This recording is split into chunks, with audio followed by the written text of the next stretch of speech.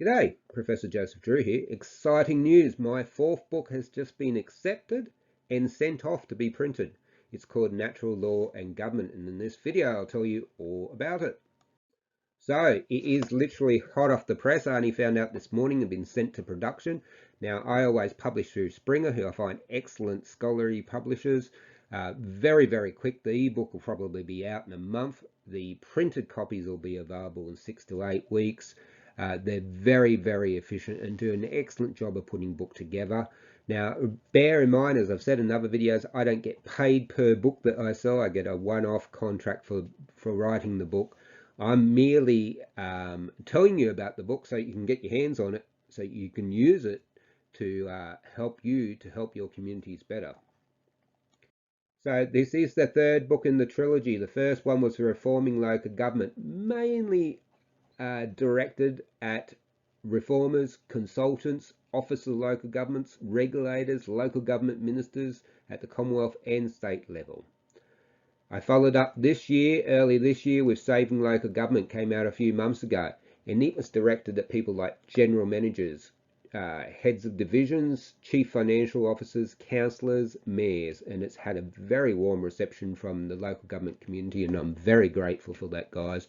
I really do wish each one of you could get your hands on that, because it will help you so much to help your communities. This last book is Natural Law and Government. It's a little bit more philosophical in outlook. It's a book for anyone that's ever thought about, why do we have government? What is the purpose of government? What's the ultimate purpose of government? And how does that fit in with the ultimate purpose of me?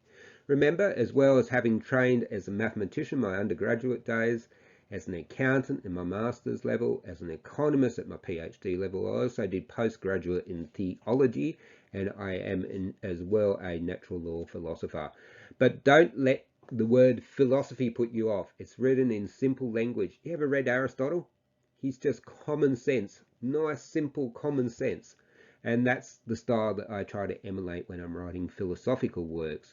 It's such an important book, and it's so important given what we've just gone through in the last 2 years with the COVID crisis, with the restrictions and constraints on people's behaviours, working towards a common good that wasn't always well defined, and in a way that often impacted quite significantly on people's human dignity. If you're concerned about what's happened in the last 2 years, if you're concerned about the future of government, the future of your children, the future of society, all the challenges, COVID, and now we've got a war in Ukraine, Russia, if you really want to understand the issues and know where we should be heading instead, get yourself a copy of Natural Law and Government. So what I cover, basic definitions of natural law, concepts. I have a lengthy discussion of virtue and the importance of virtue, a lengthy discussion of practical reason and how to construct practical reason using a thing called the practical syllogism. I talk about why government is essentially a moral endeavour, and this seems to be forgotten all the time, that the only reason we have government is to help people to flourish. There is no other reason. We weren't created on this earth with government as an ontological structure. Government is a tool, and it needs to perform the function of a tool for it to be considered perfect. That's Aristotle's function argument. I look at the changes we need to our political system to bring natural law concepts into our government and into our lives. At the moment, the dominant paradigm is utilitarianism, and democracy is really wedded very closely to utilitarianism. And that's good if you're the majority, if you're the winner, but there's a lot of us that aren't the majority, that aren't the winners, and we're seeing it more and more in a fractured society, in a very angry society, a very repressed and a lot of disadvantaged groups, because that's what utilitarianism, that's what democracy is ultimately going to lead to. So is there something better? Well, yes, there is. It's an ancient device of sortition, and I'm not talking about getting rid of democracy entirely. I'm talking about having sortition as a check on the worst excesses and some of the bad things that emanate from democracy on an increasingly regular basis. It goes into a lengthy discussion on funding moral government. How can we fund government morally? A lot of our taxes aren't moral. They eat into the work and the fruits of your labours.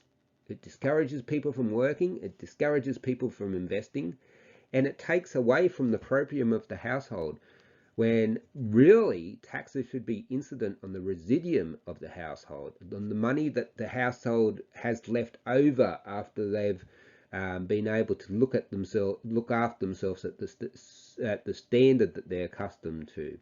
And I also have a chapter on education. Some people may not know I was first a school teacher for a decade, and of course I'm an educator now at the university level.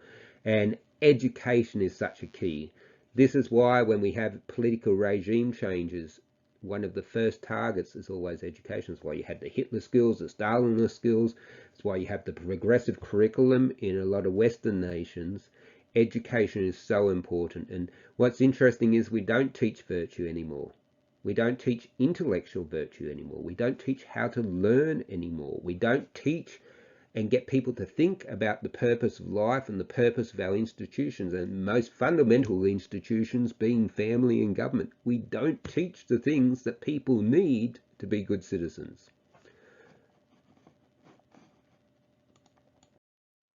So I do encourage you to get your hands on a copy of Natural Law and Government. Check out the website for Springer. It will be up very shortly and you'll be able to pre-purchase it. And I'm hoping to do follow-up videos. I'm hoping to hear some questions of yours, and I'll expound further on some of the things I've covered in that book. One thing I can guarantee you, as my editor said, it is thought-provoking and it does challenge everything you thought you ever knew about government. Thank you very much for your time. Goodbye.